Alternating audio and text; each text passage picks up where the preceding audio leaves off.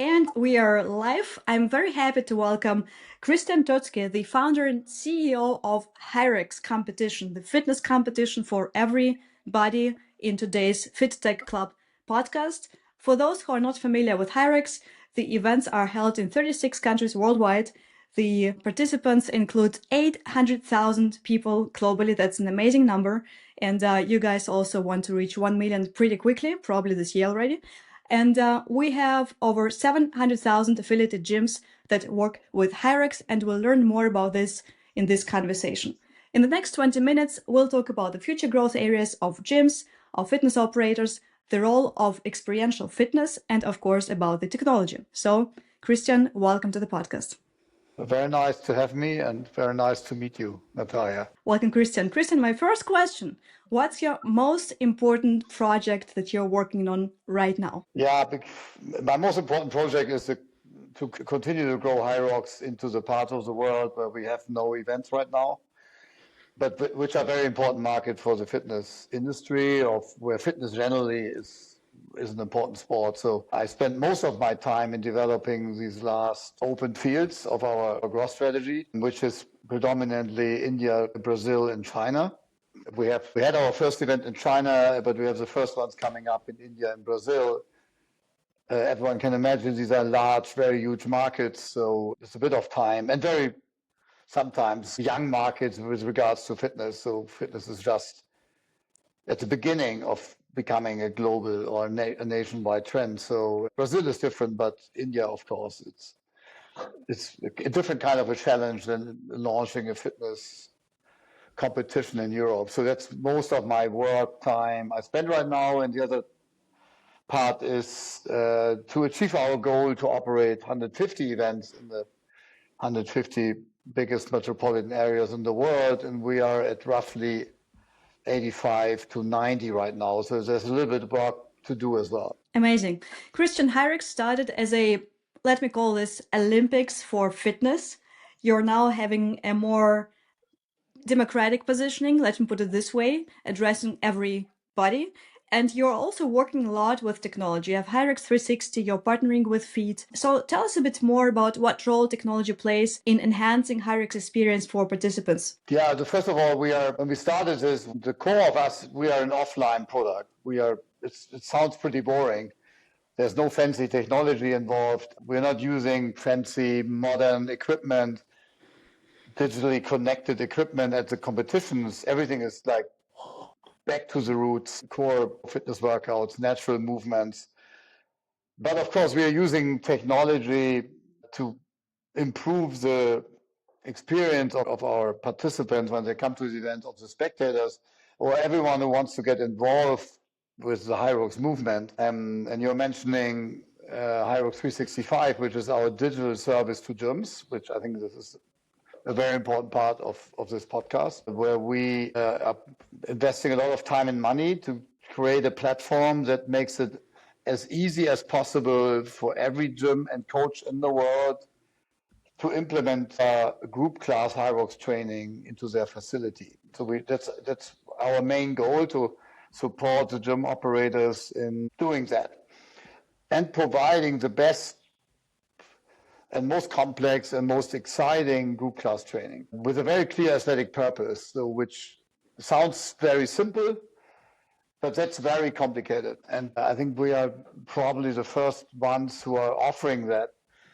with that complexity, but also with a very clear aesthetic goal, because apparently the main purpose for most of the people that are doing this is, I signed up for the event, now I have to train for it. What's the best training for me? And we want to help everyone on that journey until race day.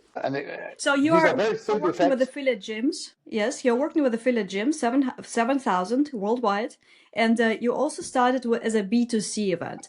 Now you've moved into B2B, included gyms as part of your ecosystem. So tell us maybe first a bit about this business model. What does a gym need to do to become your affiliate? How does this model work? Yeah, that's very simple. You think there's a point in joining the Hyrox movement, meaning you want to become an Hyrox affiliated gym, the simplest way is you just go online to hyrox365.com, or you go to our website where we are linking you to the gym affiliation program, and can basically sign up online. You can subscribe like you subscribe for Netflix or whatever we do in your private life. Then you will get an invitation. Thank you very much. You're now part of the Hyrox gym community. And then you get an automatic access to our digital platform, which we call our Hyrox Performance Hub.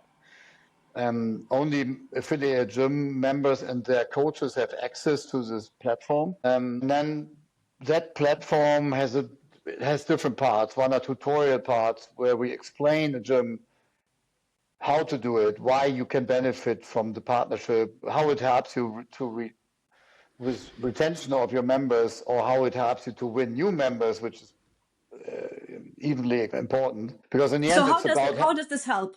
How does this help specifically? Let's say I'm a gym. What do I get out of that if I am an affiliate gym of Hyrox? Yeah, that's very, very simple. We have this very, very growing demand of people that want to do the events. And we are now in almost every city where your members have gyms and operating gyms. So there are now thousands of people that have signed up for the event. Now they need to train for it. So you look around, and this is what people have to understand. We are the only existing mass participation event in the world. And this is not only specifically fitness, but which drives people into the gyms and not out of the gyms. I'll give you an example. If you sign up for a marathon, you probably don't, the first thing you do is not to sign up a gym membership. Actually, I would not recommend it to you to do it, because you need to run 20 kilometers or 10 kilometers every day. This is probably not the most exciting thing to do this every day on a treadmill. So you run outside. And this is almost the same thing with every product that's existing or was existing before Hyrox. Now, Hyrox is a competition that's indoor, and as you know, you do all the movements which most of the people do in the gym, and it's like circular training. So you do maybe a 400-meter run, you go on a rower, you do a dumbbell workout, you go back on the runner. This is all stuff you can basically not do outside. You have to do it in a gym. So it brings people into the gyms automatically. Now this is a business. You have, as a gym, if you offer the right product, people will choose your gym to get ready for the Hyrox competition. And that's how you win new members. Or, and that's the second part of the business, you have existing members that have signed up for the competition and now they want to also train for it. And you create a package for them. It can be a 3-month program where maybe a couple of individual coaching elements are included. You create a community that will then on race day will go together to the competition, and this is something you can upsell. So maybe they pay you more money than their normal membership fees, or you create this community inside of your gym, which creates a fully different kind of loyalty and therefore retention. So either way. So what's the ROI? Yeah, go ahead. No, I said either way, it's a benefit for the gyms. And when you compare the very, very small fee per month you pay for the services, and which is how much? $50 per month, so it's a little less in euros. So if you win one member, it already pays off. If you win one new member to do it, and we have all the evidence and proof for now thousands of gyms around the world that created significant business out of that. Yeah, so it's very simple. It's not very complex. You don't need to invest massive amounts of money because you invest into very, very fancy digital training equipment, which there's nothing wrong with these other trends. But I think from the business standpoint, what we offer here is probably one of the best business opportunities for gyms to integrate this into your offerings and into your class programs and the training you're offering, including open gym as well.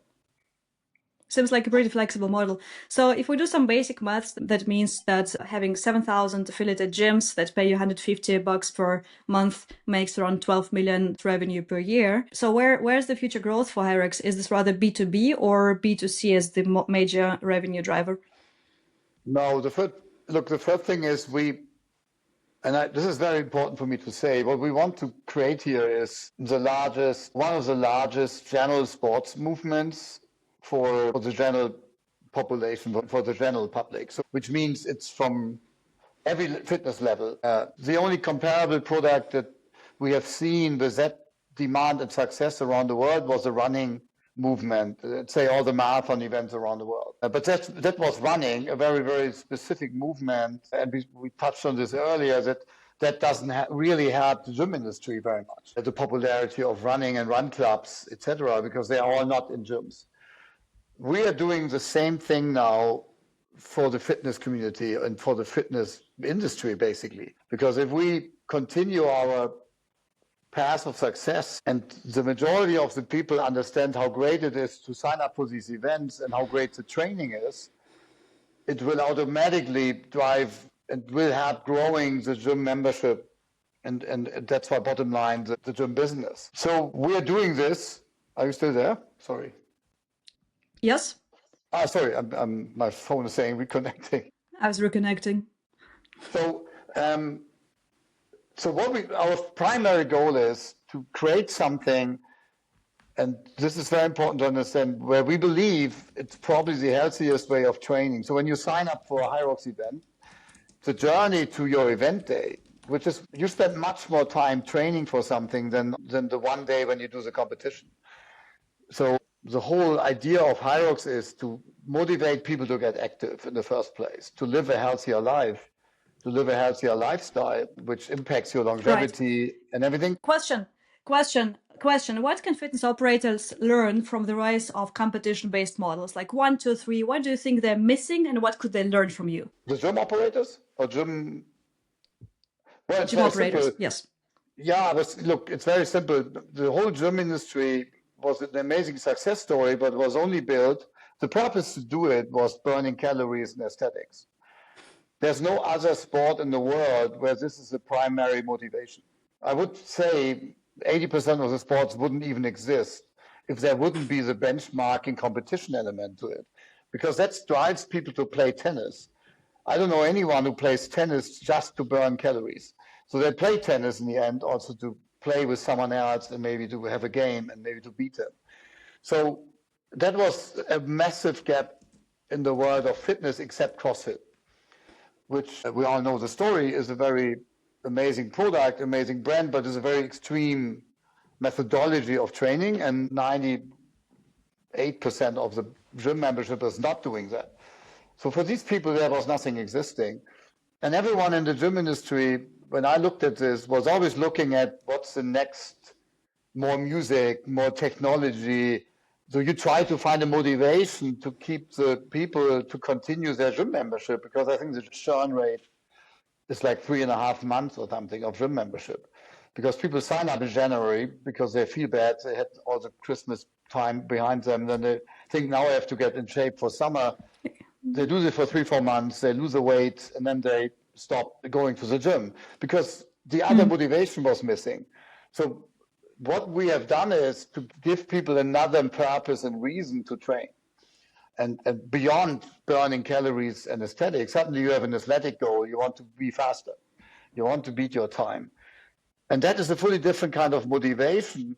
And I call it creating athletes.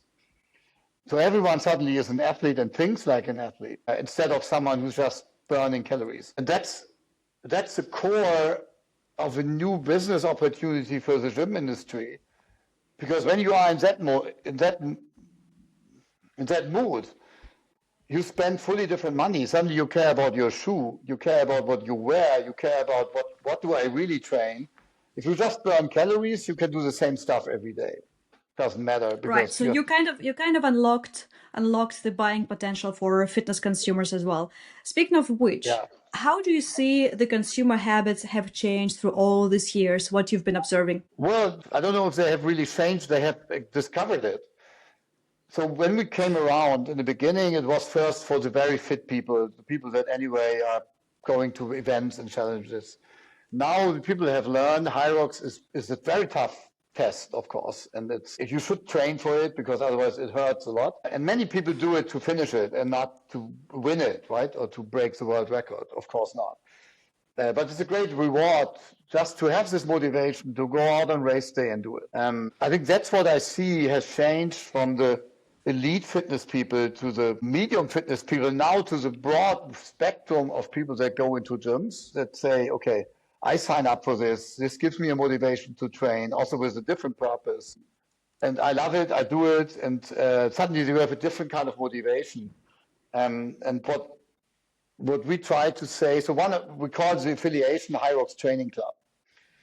And that sounds like just a very cool marketing design name. No, we have a big reason why we're calling it this. Look, I believe that gyms in the next 20 years will become the new clubhouse, the new training, look, you had a football club, you had a tennis club, you have a golf club. You're a member in a golf club that is more than just playing golf. You're part of a community. It was a different kind of loyalty, a different kind of retention. And gyms so far have never considered themselves as being a club. They consider themselves as a service provider. It's all about my price point, what I offer, proximity to my gym. I think you can change that. You can be the new clubhouse of urban cities, where people meet. This is your community. This is your club. This is your training club. This is your gym. You go to the competitions together. You meet on weekends. You do group class workouts. You do physical fitness tests, small events in your gym. And when you think about it, the opportunity for the gym operators with regards to retention, loyalty will always end up also with membership fees, etc. It will help the business in a dramatic way. And I think we're seeing a little shift of understanding to a fully new understanding of why or how you operate a gym and how this works and what you offer basically and what your competition is with all the other gyms that are in the same city or you're competing with. Is Hyrox for every gym, or would you say you rather cater towards, let's say, discounter models or high premium segment? What's your? No, we have a very vast range of gyms that we think fit into Hyrox. Let's say you need to be a general gym that provides the general equipment and stuff you need for basic athletic training you need to do for Hyrox. I'll give you a very extreme, it's not an extreme example, but you're a spinning studio, let's say High Cycle in Hamburg. I don't think it makes that much sense to be affiliated because you have this one movement which is not part of our competition. So it's very far away from this. But every gym that offers a bit of a range of equipment and the classical dumbbell and cardio areas and functional fitness areas where you can do that kind of training are fitting with us, which is, I would say, we made an assumption like 50-60% of all the gyms that are existing in the world. Christian, regardless of price points. Right. So when will the time come that you will start your own Hyrox gyms? Never. For a good purpose, for good reason. We are not competing with any gym operator. We want to be a partner to every gym operator. We want to make it very clear that we are no competition to them. It's the other way around. We want to help them to make better business. If they make better business, our business model will also work. It will make the events more popular. When the events getting more popular, every gym will benefit because more people will go into the gyms and sign up for a gym membership. We will totally jeopardize that now to become a gym operator, which is a fully different business, as you know. We have no idea how to run gyms, and we don't want to learn it, and we will never do it. Right. So you have different business models within one, which is, ticket sales, which is working with sponsors, which is working with affiliate gyms, which is B2C and B2B. If you only would have to choose one, what would be your preferred model? If I have to choose, I always take the events because events are what makes us so different. The events, organically out of the events, we have developed a training methodology because that's what happens when you create events. People say, okay, how do I train for it to be better? That automatically creates a training methodology, but that is always weaker than if you run the events and you own the event. So if I have to choose, I take the events. Of course, right. Luckily, we don't have to do that. We have both business models, and we will continue to drive both parts with the same passion. Let's speak a bit about the technology. So you have the Hyrox 365 platform. What other tech are you using, and what's up? What are you planning to implement in your platform, in your events? We have an innovative lab. We created a department which is actually looking for solutions. And this always starts with our events to make the events better from the flow, from the experience. So we developed electronic wall targets with an electronic counter, which we have started to implement at some of our events. It's pretty cool. So you can't at least cheat with the counting anymore. And now we're testing this at the events. We bring this to a standard where we know the technology works, and then we are offering it to our gym partners as well. Do you want that in your gym? So when you do a group class, you can see how many wall-balls they have done. You can even you can track this. You can see, you could go into the computer and it tells you how many, what the rhythm was, what your break time was between the shift, between your wall sets, et cetera, et cetera. So it's pretty interesting. We are working on, the next thing is, of course, digitalized judging. So can you judge movements, more complex movements, with video cameras and AI? And let's say a wall ball squat is not depending on a human judge anymore. It's technology that's judging you. I know this is a big thing in the fitness industry right now. Are there technologies that are judging people, and suddenly you can compare, you can even create virtual competitions between gyms, etc., because it's a pretty fair competition, because you can't really cheat anymore, because you have this technology that is judging. So we are looking at this very much. We have another part is this new way of technology that at events that your friends, etc., can follow you. In a moment, you can follow you because you see the time. So when you do a Hyrox event, you finish your first kilometer, they see your time of the first kilometer, then you get, now she finished the ski erg, and that's your time right now. The next thing we're working on is that you see this on a map. So you basically see where you are. Your friends can see where you are on the race course. And then the third step is it sounds a bit crazy now, but it's possible with face recognition, etc. If you sign up for it and you think this is cool, you have cameras in the hall and your friends can follow you the whole time live on video. So you mentioned you have a digital lab, an innovation lab. Is it busy with scouting existing solutions and looking for partnerships, or also developing own tech? Yeah, it's a bit both. I have to say, just to be fast, etc. We look around what are other people already developing, what is what has already reached a certain level where it will not take 3 years before it's ready to use, whether at our events or in our gyms. At the same time, we're looking for own solutions because they are so specific that we know no one else is working on it. So there's no other way than investing our own money into this, because it's pretty specific for Hyrox and for the competition, so why should anyone do it? It's a mix of this. But the priority right in the moment is to find the smart people that are already working on smart solutions that would be a very good fit for us. So for all founders out there, I think that, Christian, you'll get a couple of emails after this podcast, and I hope so as well. No, we love to do that. Everyone should hit us up when you have a good idea, send us an email. Amazing. Look, one of the last questions would be, if you're thinking about imagining the gym experience of the future, you already mentioned that it's kind of the third space, it's kind of the clubhouse. What else comes to your mind when you're thinking of a gym in, let's say, 5 years from now? Yeah, I'm pretty old school in that regard. When you mean, okay, this is super fancy, and let's say it this way, I believe the gyms will be the active clubhouses for the next 20, 30 years. So in 5, 10 years, you have decided to go to a certain gym because this is your team, this is your club, this is your community. Some people will choose a very expensive one, let's say an Equinox style gym, because they have the money and they want more the luxury version of it.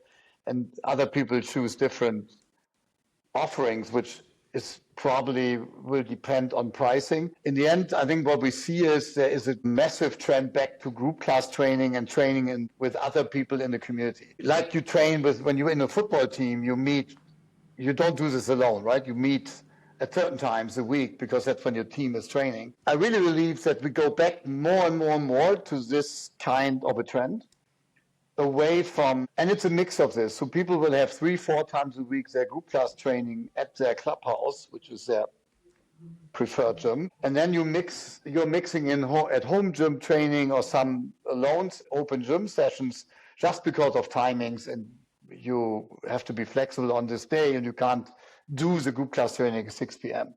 But you schedule your week around your training with your other mates, in the gym. I think Absolutely. that will be a dramatic change. If I go still into almost every gym today, in general, larger membership gyms, people walk in with their headphones on and they're doing stuff there fully alone. They speak to no one. They do their training, whatever their training is, and then they take a shower and walk back home. Especially in discounters, absolutely. It's not a social experience so far. The high-level gyms are more of that, but again, it's a different market niche and addressing different people. I think we will see a massive demand from the market that the gyms will change their thinking and how they're configuring their space more into that direction, because the demand is there and the people are asking for it, and then everyone adapts to the market needs, right? And that's a great tool, because gyms don't need to be crazy expensive, and you have an amazing second home where you can spend a lot of your time and you meet great people and you socialize and you live a healthier lifestyle. So let's say maybe 30 years ago, you had your bar around the corner, right, where everyone was meeting on weekends or after work, and then it was about drinking and smoking. Now they stopped smoking, no one smokes anymore, it's not allowed anymore, and now we have this trend that people also drink less. No one's drinking, no one is socializing, so gym could absolutely be that place. Yeah. And that's a massive opportunity. Think about it, what that means for the gym industry. If this is suddenly a meeting place, not only a place you go for this 1 hour of training. And you see that the new concepts are, they have a coffee bar. They have an area where you can meet after your training. It goes already in that direction, right? And now we are creating the event culture you need for that new kind of movement. And then we have what every other sport had in football in our world. You have all these kind of leagues, from older guys playing soccer on a very low level, but in the end, it's all about doing something together and then having fun afterwards. I think we can create that in fitness and with gyms, especially with the competition culture. And voila, you will have a fully different business model, which I think is also, that's important. I think the business model will be also very, very efficient and very profitable, because you don't need to invest into crazy expensive machines to be a really very cool training club. Suddenly other elements are much more important. How you create a community, which is social connection, accountability, meeting new people, hanging out. Correct. Right. Instead of buying another 20,000 euro machine where one person at a time can train on. Right. Christian, thank you so much for your time. Really appreciated your input. Thank you a lot. Thank you very much.